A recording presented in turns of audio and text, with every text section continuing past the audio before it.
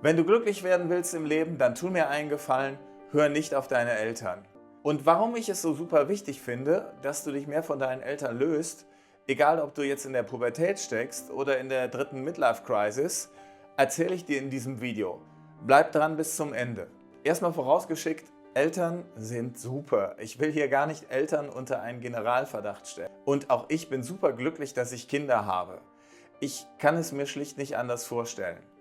Aber auch wenn viele das nicht wahrhaben wollen, Eltern verzapfen eine Menge Mist, wenn es um die Erziehung ihrer Kinder geht. Nicht um sie zu ärgern oder um ihnen weh zu tun seelisch, sondern weil sie es schlicht nicht anders wissen. Weil sie es nicht anders können und ja, vielleicht auch oft, weil sie es nicht anders wollen. Habt ihr das schon mal gehört? Aber wir wollen ja nur dein Bestes. Ob es jetzt ausgesprochen wird oder ob es immer mitschwingt. Was ist das Beste, was du hast? Was wollen sie?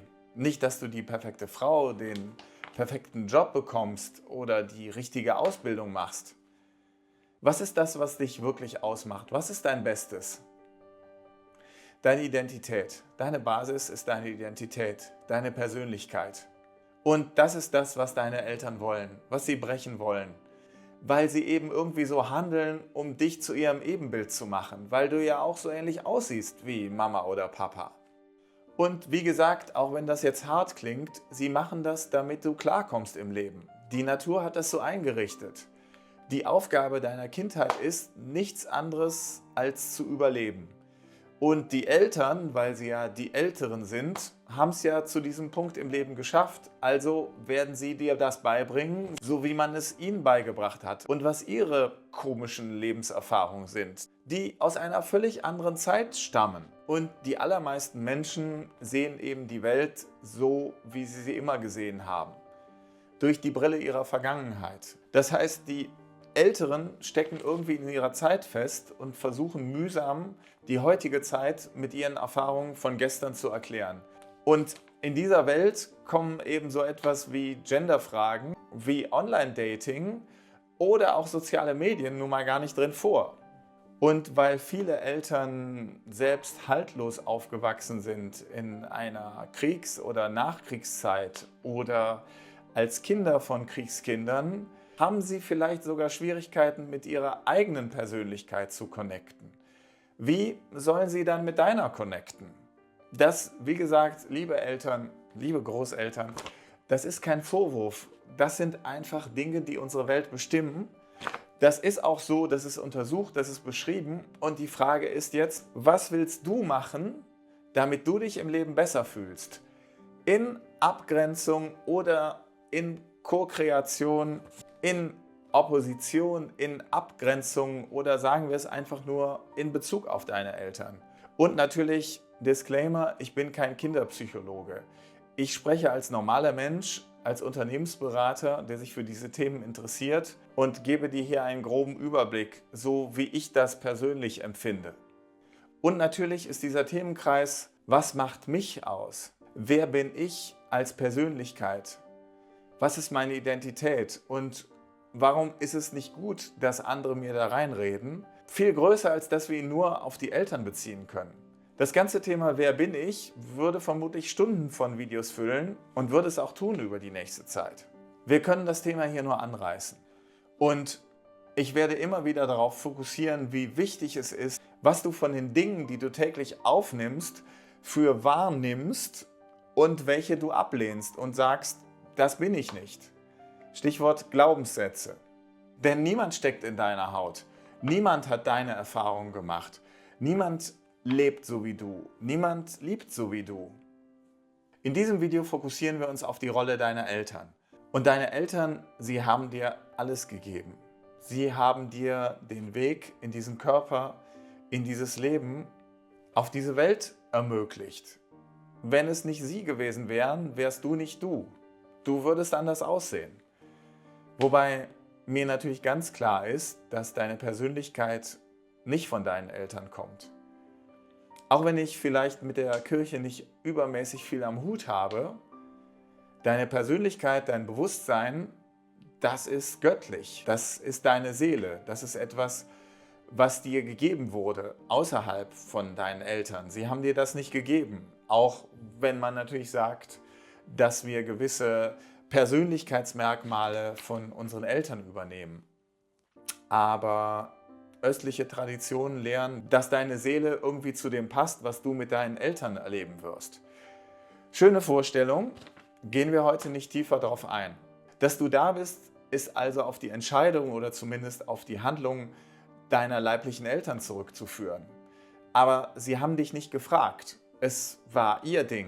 Dass du jetzt da bist, hat, abgesehen davon, dass ihr drei euch vielleicht auf einer Wolke verabredet habt, genau diese Rollen zu übernehmen, aber wie gesagt, das für ein anderes Mal, es hat nichts mit dir zu tun. Du bist raus aus dem Spiel. Du musst insofern deinen Eltern nichts zurückgeben. Du bist ihnen nichts schuldig. Plopp, auf einmal warst du da. Und im Unterschied zu Pferden, deren Babys auf die Welt kommen und gleich laufen können, wurden wir Menschen nicht so angelegt. Wir sind alleine null lebensfähig. Wir brauchen Erwachsene. Sie geben uns Nahrung und sie bringen uns die elementarsten Dinge bei. Und sie geben uns eine ganze Menge. Und vielleicht hast du die Chance, Bilder anzusehen aus deinen ersten Wochen, Monaten und Jahren. Mach das mal. Ich hab's neulich wieder gemacht. Und was man da in den Augen meiner Eltern sieht, das hat mich sehr berührt. Du siehst ihre übergroße Freude. Du siehst so etwas wie Stolz in ihren Augen.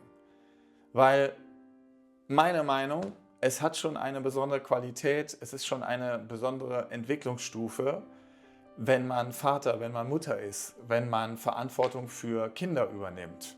Das macht etwas mit einem und das ist großartig. Ja, du siehst natürlich auch die Erschöpfung in ihren Augen. Und ehrlich gesagt, ich glaube, ich hätte heute nicht mehr die Kraft dazu. Ich bewundere junge Menschen, nicht mehr so ganz junge Menschen, die diese Entscheidung treffen, Kinder in die Welt zu setzen. So, du siehst Freude, Stolz, Erschöpfung, aber du siehst vor allen Dingen auch Liebe in diesen Augen. Du siehst diese Verbindung zu einem Menschen, der, wie du glaubst, ein Teil von dir ist und siehst es als wahnsinniges Achievement an, so etwas vollbracht zu haben. Aber vielleicht habt ihr die Erfahrung gemacht oder sprecht mal mit jungen Eltern oder mit euren Eltern. Das verändert sich über die Jahre. Die jungen Biester werden irgendwie bockig, hören nicht zu, sind tollpatschig, machen nur Ärger. Und das insbesondere, wenn sie dann in die Pubertät kommen. Oder umgekehrt, an was kannst du dich erinnern, wie du diese Liebe wahrgenommen hast? Diese bedingungslose Liebe, dieses angehimmelt werden für deine bloße Existenz. Wann hat sich das geändert? Hörte das irgendwann auf? Wurdest du irgendwann bedrängt, angeschrien? Wie hat man dich genannt? Wie hat man reagiert darauf, dass du angefangen hast, deine eigene Meinung zu haben? Sie zu äußern, dich zu verweigern. Und wenn wir darüber nachdenken, so ist das nur natürlich. Das hat die Natur so eingerichtet, dass wir eben eine eigene Meinung haben und eine eigene Persönlichkeit bekommen. Und ich glaube, sie hat das ziemlich schlau eingerichtet mit der Pubertät, wo wir dann durch Hormonschübe plötzlich anfangen, komplett durchzudrehen, sodass uns unsere Eltern früher einfach aus der Höhle geworfen haben. Denn wir waren ja lebensfähig. In der Pubertät ist man groß genug, um sich selbst zu ernähren und im Notfall ein bisschen zumindest verteidigen zu können. Die Natur hat es so eingerichtet, dass es den Eltern dann irgendwann zu viel wurde und sie gesagt haben, gut, wenn du also alles immer besser weißt, dann kümmere dich um deine Nahrung jetzt halt selbst, mach deine eigene Familie auf und tschüss. Ja. So hat die Natur das eingerichtet. Und Realität ist aber, dass junge Menschen heute irgendwie bis 30 bei den Eltern zu Hause bleiben. Nochmal, deine Eltern hatten und vielleicht haben sie sogar noch die Vorstellung von dir, wie du glücklich werden sollst. Oder vielleicht projizieren sie auch ihre eigenen Erfahrungen, ihre Ängste, das, was sie mal werden wollten, also ihre Lebensträume, projizieren sie auf das Kind. Vielleicht hat die Mutter immer gesagt, ich wollte so gerne als Ärztin arbeiten, also wird die Tochter Ärztin, um ihr bewusst oder unbewusst einen Gefallen zu tun. Vielleicht hat der Vater sich immer gegen Autoritäten aufgelehnt und nun übernehme ich das als Sohn auch, um ihm zu sagen, ich ehre dich so, wie du von deinen Einstellungen her bist. Ich bin genauso, um dadurch eine Verbindung herzustellen. Eltern haben vielleicht noch eine größere Bucketlist als du, was sie eigentlich immer machen wollten und was sie im Leben erreichen wollten. Also Vorstellungen von dem, was man tun muss und was man nicht tun sollte. Aber sind es auch deine Vorstellungen vom Leben? Wenn ja, wäre das ein schöner Zufall. Denn hast du vielleicht eine eigene Persönlichkeit? Und ich glaube, und das nicht nur wegen der Pubertät, die Natur hat es extra so eingerichtet, dass wir uns mit unseren Eltern reiben, dass wir uns auseinandersetzen, weil nur so im Kontrast mit dem, was wir sehen und was wir nicht haben wollen, entwickeln wir unsere eigenen Leidenschaften, unsere eigenen Werte, unsere eigenen Überzeugungen und auch das, was wir nicht wollen. Kurz gesagt, unsere Identität. Und wie das geht, hängt von dir ab, aber noch mehr von deinen Eltern. Wollen sie Dialog? Können sie deine Meinung hören? Oder haben sie es vielleicht von ihren Eltern so eingetrichtert bekommen, dass man keine Widerworte geben darf? Passiert es, wenn du deine Vorstellungen äußerst von deinem Leben oder vielleicht auch nur, wie das Wochenende ausgestaltet werden soll? Passiert es dann, dass du Egoist genannt wirst? Oder kommt eigentlich jemand mal auf die Idee, dann die Frage zu stellen, wer der größere Egoist sein möchte? So, aber irgendwann, wenn du dieses Video hier siehst, du bist aus deinem Elternhaus raus und lebst dein eigenes Leben. Tust du das wirklich? Oder lebst du das Leben deiner Eltern? Oder lebst du ein Leben, was in der Rebellion gegen deine Eltern entstanden ist? In beiden Fällen beziehst du dich ja auf deine Eltern. Ob jetzt als Kopie der Persönlichkeit oder als komplette Rebellion, indem du einfach alles komplett anders machst als deine Eltern, ohne auch nur drüber nachzudenken, ob da nicht vielleicht auch was Gutes dabei war. Was sage ich den Eltern, die hier zuhören? Ja, ihr meint es nur gut. Ihr wollt auf eure Kinder Acht geben und ihr wollt nicht, dass ihnen etwas passiert. Ihr wollt nicht, dass sie auf die schiefe Bahn kommen, weil ihr sie natürlich liebt. Und da hat der polnische Pädagoge Janusz Korczak ein paar gute Sachen gesagt. Er benutzt da tatsächlich den Vergleich mit der Komfortzone, in die sich Eltern begeben, wenn sie ihre Kinder zu sehr behüten. Vor dem Handyzeitalter war es völlig normal, dass Kinder nach der Schule irgendwie verschwinden mit ihrem Fahrrad und erst nach Anbruch der Dunkelheit wieder auftauchen. Da würden die meisten Eltern heute verrückt werden. Aber loslassen ist wichtig, damit Kinder ihre eigenen Erfahrungen machen können, dass sie auch Gefahren bestehen, dass sie auch selbst erkennen, was sie können, was sie wollen. Ja, auch wenn das ein Risiko ist. Das ganze Leben ist ein Risiko und es endet immer tödlich. Wir müssen Kinder diese Erfahrung machen lassen. Wir müssen ihnen die Macht geben, selbst über ihr Schicksal zu bestimmen. Und wir müssen ihnen auch erlauben und sie anhalten, ihre eigene Persönlichkeit zu werden. Auch wenn uns das nicht passt. Aber was nehmen wir ihnen sonst? Willst du das verantworten, deinen Kindern die Persönlichkeit zu nehmen? Aber egal, sie haben ja in ihrem langen, weiteren Leben genug Chancen, sich mit sich selbst auseinanderzusetzen. Und wie gesagt, vielleicht war das so vorgesehen. Die alten Griechen haben es ja schon gesagt und Nietzsche hat es nach 2500 Jahren abgeschrieben. Werde der, der du bist. Werde die, die du bist. Und das geht wahrscheinlich nur in der Reiberei mit der Umgebung und zuallererst mal deine Eltern und später deine Frau, deine Kollegen. Durch den Kontrast, durch die Auseinandersetzung lernen wir uns selbst kennen. Insofern deine Eltern, wenn sie dich in eine Richtung gezwängt haben, wo du dich heute nicht mehr wiederfindest, haben sie dir vielleicht wirklich einen Gefallen getan, weil sie haben die Auseinandersetzung mit dir selbst überhaupt erst ermöglicht.